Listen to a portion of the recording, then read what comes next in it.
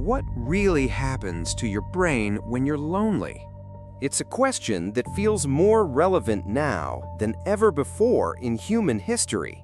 You might imagine it's just a feeling of sadness or emptiness, but the truth is far more profound and far more physical.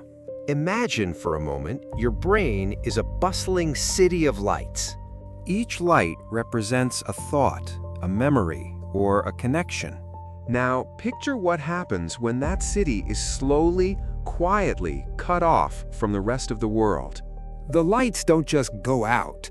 The very infrastructure of the city begins to change.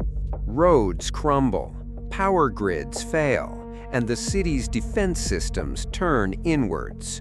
This isn't just poetry, it's a remarkably accurate preview of what happens inside your head.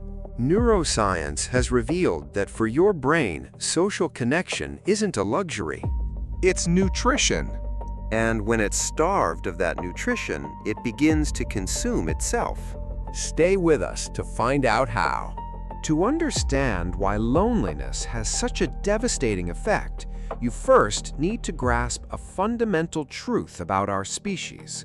Humans are not just social animals, we are ultra-social by evolutionary design. Our survival for millennia depended not on our strength as individuals, but on our ability to cooperate, communicate, and connect as a group. This evolutionary pressure forged what neuroscientists now call the social brain network.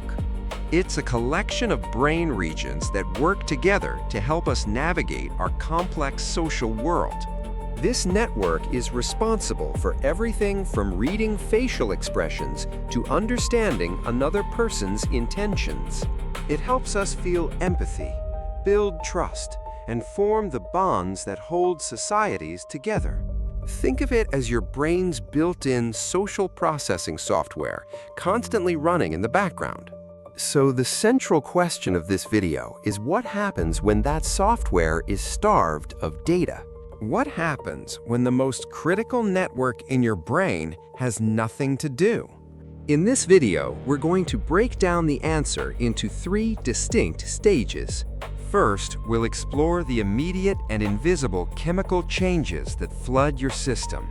Then, we will reveal the shocking physical and structural changes that can happen over time.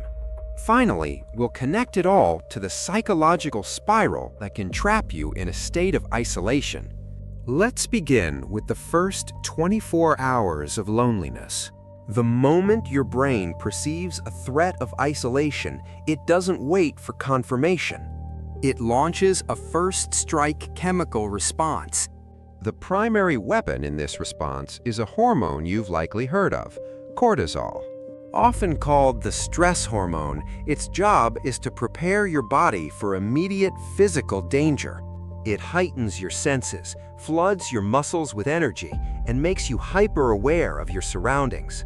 In short bursts, this is incredibly useful if you need to run from a predator. But in chronic loneliness, the predator is the absence of people, so the threat never goes away. This means your brain keeps the cortisol tap wide open day after day. You are living in a permanent state of low-grade fight or flight. Imagine a remote worker, skilled and dedicated, but working from home for months without real social contact. They might feel constantly on edge, irritable, and unable to relax even after logging off. A simple email from their boss can feel like a direct threat. That's not a personal failing, that's the biological effect of elevated cortisol. But it's a two-sided attack. While the stress chemicals are flooding your brain, the safety chemicals are in retreat. The main one is oxytocin, often called the bonding hormone or cuddle chemical. Oxytocin is released during positive social interactions, like hugging, sharing a meal, or having a deep conversation. It promotes feelings of trust, calm, and security, and it actively counteracts the effects of cortisol. When you're lonely, you're not getting those positive social cues, so your brain's production of oxytocin plummets. This leads us to the core analogy for this chemical chaos. It's like your brain's alarm system is stuck on while the safety system that turns it off has been completely disabled. You're left with all the stress and none of the comfort. This constant chemical imbalance doesn't just affect your mood, but it gets worse than that. Over time, it begins to physically reshape the very structure of your brain. If the chemical response is the first alarm, the structural damage is the house slowly starting to crumble. Chronic exposure to high levels of cortisol is toxic to your brain cells, particularly in certain vulnerable areas. One of the most critical regions affected is the hippocampus. This is your brain's hub for learning, memory formation, and emotional regulation. Studies have shown that in individuals experiencing long-term loneliness, the hippocampus can physically shrink. It literally begins to atrophy, like a muscle that's never used. This isn't just happening in extreme cases of solitary confinement. Neuroscientists have observed these changes in populations experiencing chronic social isolation, like researchers wintering in Antarctica. So, what does this actually feel like in the real world? A shrinking hippocampus is why chronic loneliness can make you feel forgetful and mentally foggy. You might struggle to learn new things or find it difficult to recall important details. Have you ever felt so stressed or lonely that you couldn't think straight? That's the sensation of your hippocampus being flooded with cortisol, struggling to do its job. But while the hippocampus shrinks, another part of your brain grows stronger and more sensitive. This is the amygdala, your brain's threat detection center. In a lonely brain, the amygdala becomes overactive and hypervigilant. It starts to see potential danger everywhere, especially in social situations. A neutral facial expression might be interpreted as a sign of rejection. An unreturned text message can feel like a catastrophic social failure. This combination is a recipe for disaster, a weakened ability to learn and remember positive experiences paired with a heightened sensitivity to negative ones.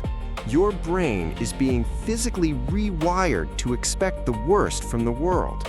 But how does a shrunken hippocampus and an overactive amygdala actually change who you are? This leads to the most frightening part, the psychological trap. The chemical and structural changes we've discussed are not just abstract biological events. They create a profound shift in your perception, personality, and behavior. This is where loneliness begins to build its own prison. Remember that overactive amygdala? It puts you in a state of social hypervigilance. You start scanning every interaction for signs of threat, criticism, or rejection. This makes social interaction, the very cure for loneliness, feel dangerous and exhausting. This heightened threat perception is a known pathway to developing social anxiety, depression, and even paranoia. If you've ever felt like the world is more threatening when you're lonely, you're not imagining it. There's a biological reason for that, rooted in the restructuring of your brain. This creates a terrible feedback loop, a vicious cycle that psychologists call the loneliness loop. It works like this. Isolation makes your brain biased towards threat. This threat bias makes you perceive social situations as negative or risky. To avoid this perceived risk, you withdraw even further. This increased withdrawal leads to more isolation, which strengthens the brain's threat bias, and the cycle repeats, spiraling downwards. Consider a common scenario. You get invited to a party. A non-lonely brain might see an opportunity for fun and connection. A lonely brain, however, sees a minefield of potential social blunders and rejection. Thoughts like, "I won't know anyone," or "I'll have nothing to say," or "people will think I'm awkward," dominate. So you decide to stay home, telling yourself it's easier. In that moment, you get a brief sense of relief from avoiding the perceived threat. But as the night wears on, that relief is replaced by an even deeper sense of isolation and regret, reinforcing the belief that you are alone because you are somehow flawed. This is the loop in action. Loneliness builds its own walls. It makes you fear the very thing you need the most. We've journeyed through the chemical, structural, and psychological devastation of loneliness. If you believe that understanding these complex parts of the human mind is important, you're in the right place. Consider subscribing so you don't miss our future deep dives into the science of being human. Now, you might be thinking, in our hyper-connected world of social media, with hundreds or even thousands of online friends, how can anyone truly be lonely? This brings us to the great paradox of modern life. Our brains evolved for a type of connection that the digital world struggles to replicate.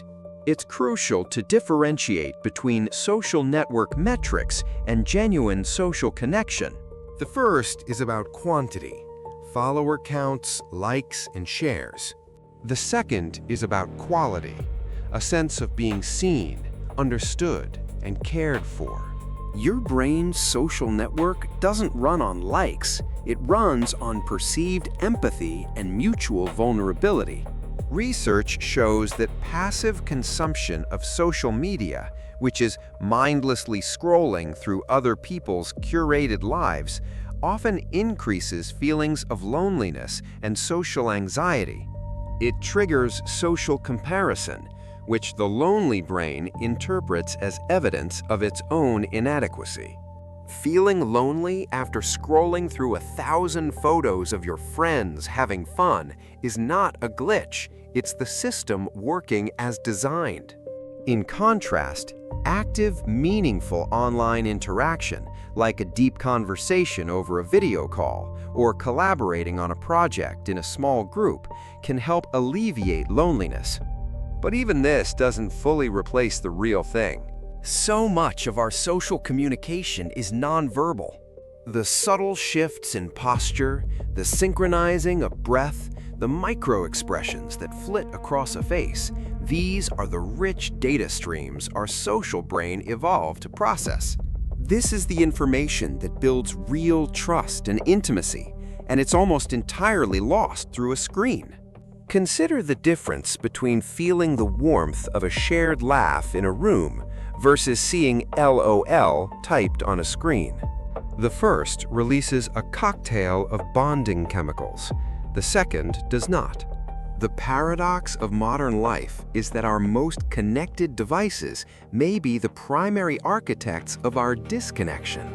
This all sounds incredibly bleak, but here's the good news, and it is truly remarkable news. Your brain, which has been so damaged by isolation, holds the key to its own recovery. This is thanks to a property called neuroplasticity, the brain's ability to reorganize itself by forming new neural connections. We're going to give you a simple framework for rewiring your social brain.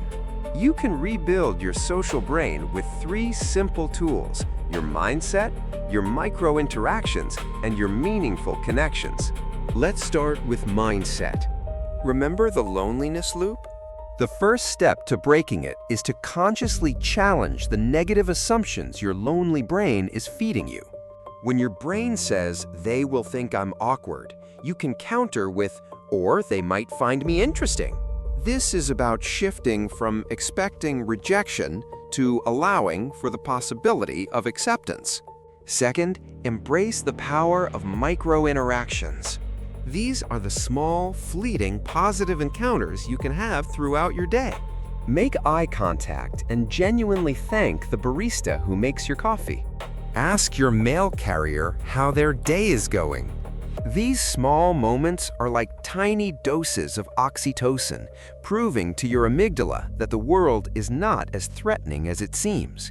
Finally, you must cultivate meaningful connections. While micro-interactions are the kindling, these are the logs that keep the fire burning.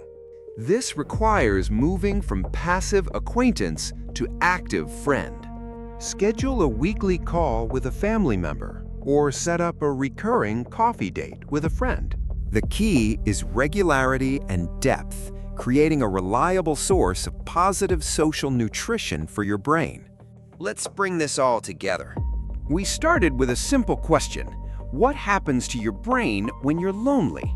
We've seen how it begins with a chemical assault, flooding your brain with stress while starving it of comfort. We discovered how this leads to actual structural damage, shrinking areas for memory and strengthening centers for fear. And we connected that biology to the psychological fallout, the vicious loop that makes you fear the very connection you crave. So, what is the definitive answer? What happens to your brain without social contact? It begins to treat the world as a constant threat and forgets how to safely navigate it. It rewires itself for survival in a world of one, a world it was never designed to inhabit. But the single most important takeaway from all of this science is one of hope. The brain is not a static organ, fixed and unchangeable. Just as it can unwire through neglect, it can be rewired through intention. Every small step you take, from a new mindset to a micro-interaction, is an act of neurological reconstruction. Your brain isn't written in stone. It's written in sand, and you hold the power to reshape the patterns. If you found this explanation of the brain valuable, subscribe to our channel for more scientific breakdowns of what makes us human. We release new videos every week designed to help you understand your own mind. And if you want to continue learning about the brain's incredible ability to change, click here to watch our video on how exercise completely rebuilds your brain. Thanks for watching, and stay curious.